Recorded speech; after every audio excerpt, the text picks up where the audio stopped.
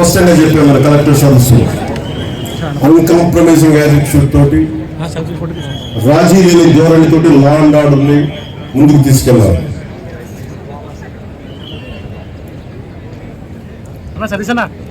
ఈరోజు రాష్ట్రం లోతుకెళ్ళి చూస్తే, గతంలో కూడా తెలుసు, లోతుకెళ్ళి చూస్తే ఏ స్థాయిలో ఆర్థిక వ్యవస్థ ఉన్నది చిన్న భిన్నమైపోయింది. వేలాది కోట్లు, 4,000 కోట్లతోటి పంచాయతీరాజ్ మేము జల్ జీవన్ మిషన్ కి నిర్మించామని చెప్తే పైపులు వేశారు, కానీ ఆ పైపుకి సంబంధించిన వాటర్ సోర్స్ ఇవ్వలేదు. అందుకే దాని మీద పల్స్ సర్వే జరిపిస్తూ ఉన్నారు.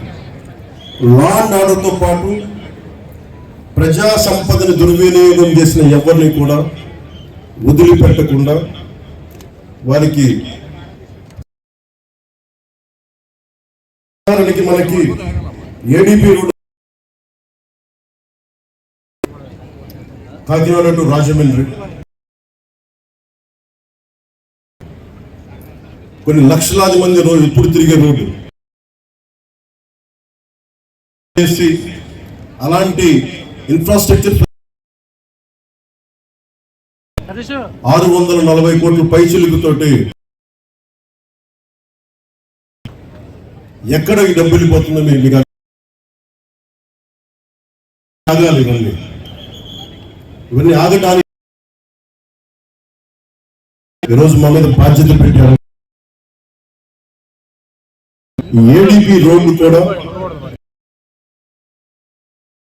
పూర్తి చేయాలి అని నిర్ణయం తీసుకున్నాం. గౌరవ ముఖ్యమంత్రి శ్రీ చంద్రబాబు నాయుడు గారు తెలియజేశారు, ఏడీపీ రోడ్డు కూడా త్వరగా పూర్తి.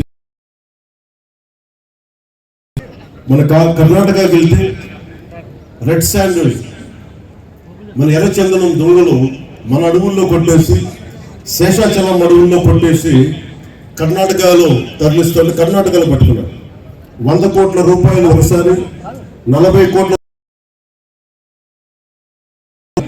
ఎర్రచంద్రం దొంగల్ని కానీ మన కర్ణాటక ప్రభుత్వం తీసుకుని అక్కడ ఫారెస్ట్ అధికారులు చెప్పారు, వేల వేసి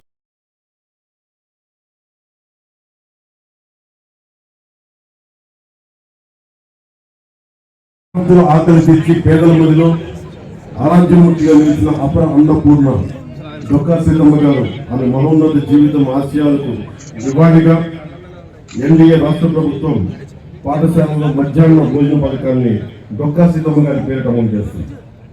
జిల్లాలో 1258 పాఠశాలల్లో 122,591 మంది విద్యార్థులకు, చిన్నారులకు డొక్కా సీతమ్మ మధ్యాహ్న బడి భోజన పథకం ద్వారా పౌష్టికాహారం అందిస్తుంది.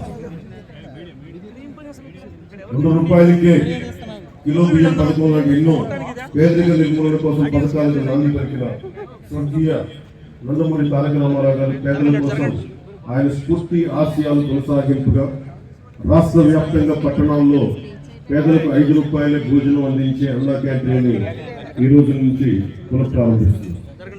మన జిల్లాలో మొత్తం 11 అన్నా క్యాంటీన్లు పేదలకు అందుబాటులో వస్తుంది.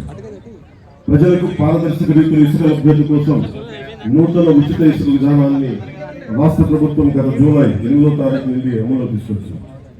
9వ విడత ప్రధానమంత్రి ఆవాస్ యోజన పథకం కింద జిల్లాలో వచ్చే అక్టోబర్ నెల నాటి ద్వారా 2025 నుండి కేంద్ర ప్రభుత్వం అందించే 2.5 లక్షలు మొత్తానికి 50 లక్షలు 1,50,000 జోడించి 4 లక్షల రూపాయల యూనిట్ విలువతో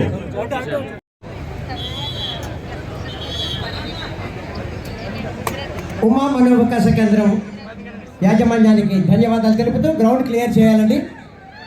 sir, I request you all to clear the ground please.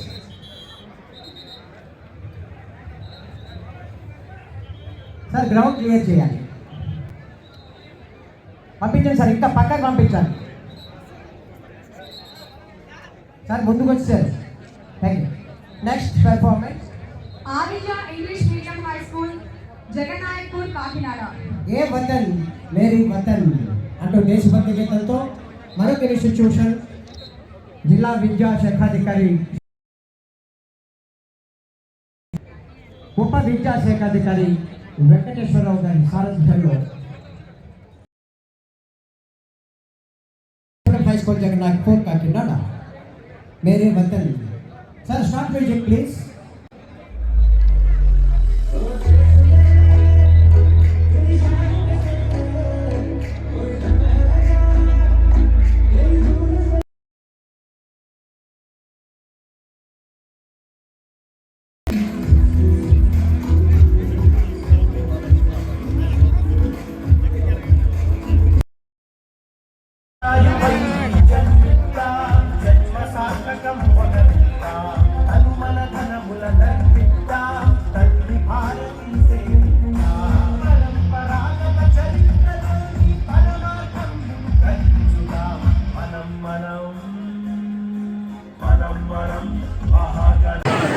September 2వ తేదీన 1971వ సంవత్సరంలో శ్రీ కొణిదెల వెంకట్రావు శ్రీమతి అంజనాదేవులకు సూక్తి ముక్తాఫల వరప్రసాదంగా శ్రీ కొణిదెల పవన్ కళ్యాణ్ గారు జన్మించి ప్రాథమిక విద్యను బాపట్లలోను, ఉన్నత పాఠశాల విద్యను ఇంటర్మీడియట్ విద్యను నెల్లూరులోనూ అభ్యసించి అనంతరం కంప్యూటర్ విద్యలో డిప్లొమా చేసి 1996లో చలనచిత్ర పరిశ్రమలో ప్రవేశించి పవర్ స్టార్గా ప్రసిద్ధిగాంచి 2009లో రాజకీయ రంగ ప్రవేశం చేసి 2014లో జనసేన పార్టీని స్థాపించిన నాటి నుండి అహరహరం శ్రమించి గెలుపు ఓటములను ఒకే రకంగా స్వీకరించి 2024వ సంవత్సరం సార్వత్రిక ఎన్నికల్లో రాజ్యాంగబద్ధమైన విజయ కేతనాన్ని ఎగురవేసి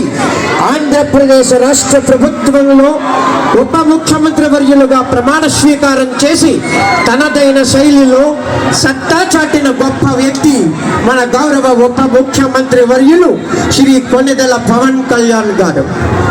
second in command of the Samman God Independence Day 2024, RSIB Sachinarena is reaching the chief guest to submit his report.